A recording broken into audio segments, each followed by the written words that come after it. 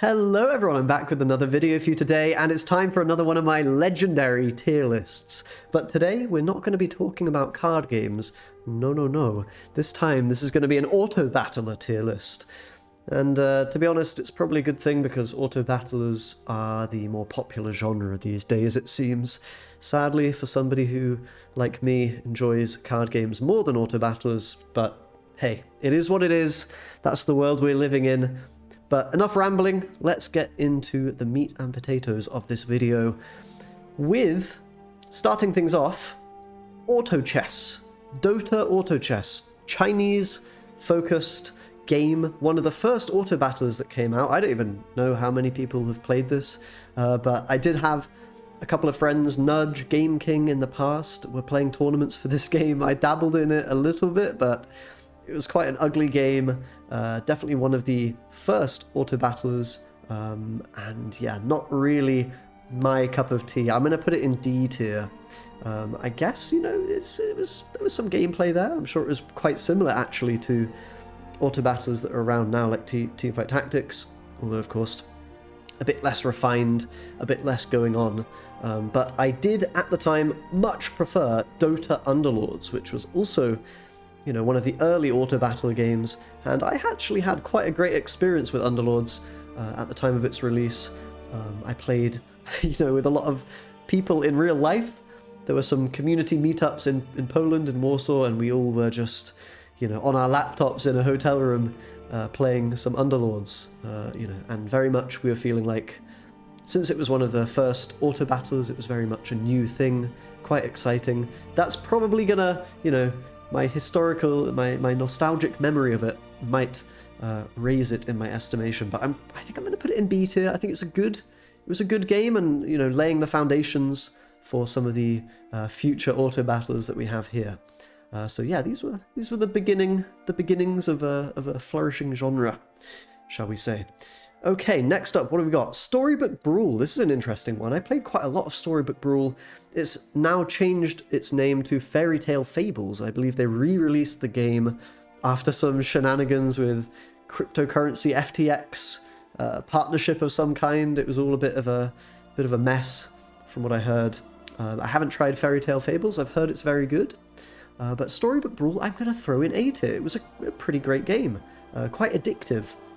Climbing the ranks in that game, I remember, was very enjoyable, and that was sort of the first fresh auto battler experience that I had that was different from Underlords and Teamfight Tactics. You know, not about placing units on a board, but rather having these sort of card type, more like a card game, more like Hearthstone Battlegrounds, I suppose. And I appreciated that aspect of it. It felt more like a card game, which, you know, made me feel good, of course. Quite a good game. Had quite good fun with that. Speaking of Hearthstone Battlegrounds, I think I'm going to throw it in B tier.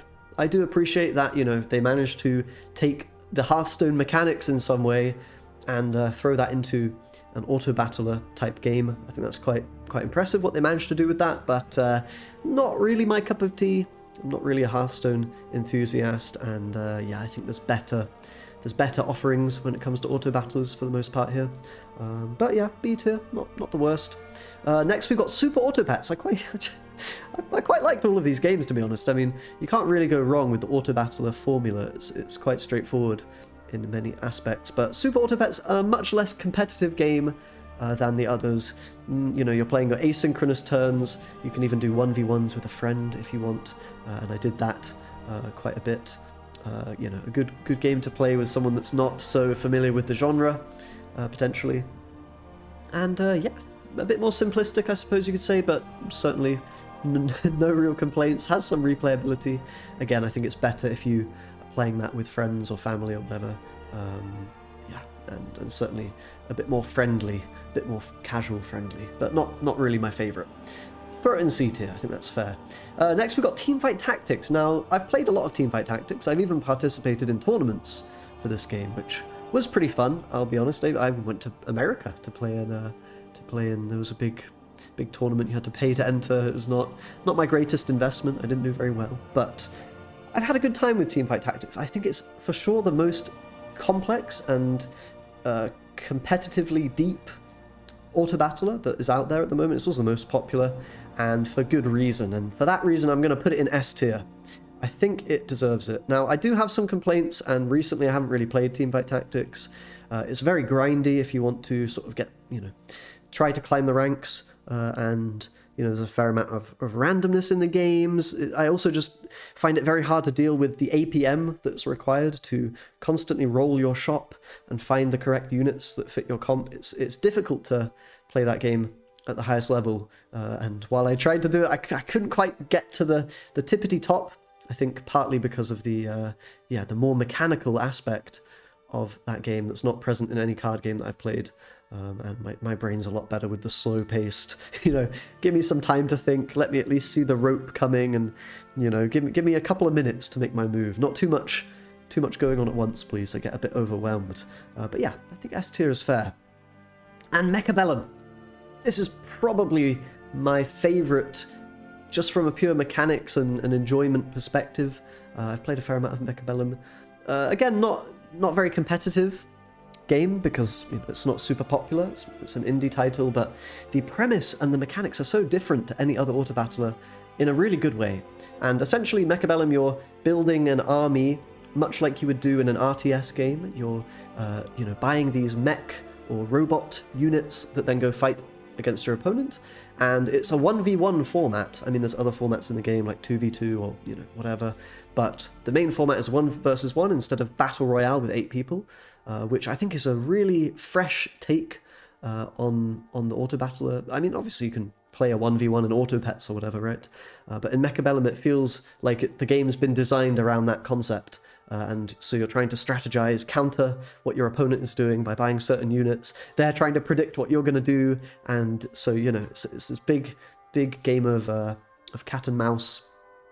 And yeah, plays very much like a game of StarCraft without having to manage all of your units and micromanage everything and hotkey all your buildings and all this kind of nonsense. Which is, obviously some people enjoy that, but for me, I've played a lot of StarCraft. It's actually one of my favorite games, I would say. Played it to a decent level, but not professional by any means. And yeah, Mechabellum gives me that feeling that I get from playing StarCraft without all of the headache of, I feel that like playing StarCraft makes me feel like I'm super exhausted, like my eyes are like watering, just keeping track of everything on the screen, managing it, smashing the keys at the right time. It's difficult. As I'm sure you're aware if you've tried to play RTS games. But yeah, Mechabellum, good one. Try it out if you haven't, actually. It's released recently. I played it recently. It's a good game. Can recommend it. And finally, I might be getting in some hot water for this one, folks, because the closed beta is coming out tomorrow as I release this video. If you're watching it in the future, it will be out. And I'm going to throw the Bazaar in S tier. I know I'm breaking the rules. I've never actually played the game thus far, but I'm trying to manifest an S-tier Autobattler for us all, okay? I'm hoping and praying that the Bazaar will be one for the history books.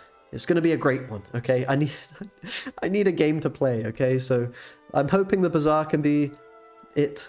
If not, well, that's unfortunate. We're going to be able to check this tier list in a few years, in a few months, and see, well, was it really an S-tier game, or was it a bit crap? Was it rubbish?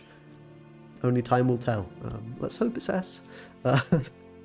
And I'm going to thrive on the haters in the comments below saying, how could you possibly put the Bazaar in S when you haven't even played it? And how could you not rate Backpack Battles? That game is the best. You should put Backpack Battles in S tier. Sorry guys, I don't have time to play every single Autobattler, okay? I mean, I kind of do because I don't really do anything else other than play games. But never mind, okay. This is my tier list. That's the final result. Come on, Bazaar, we believe in you. Yeah, thanks a lot for watching, guys. If you want more of my videos, make sure to subscribe as always. Thank you for watching, and I'll see you next time. Bye-bye.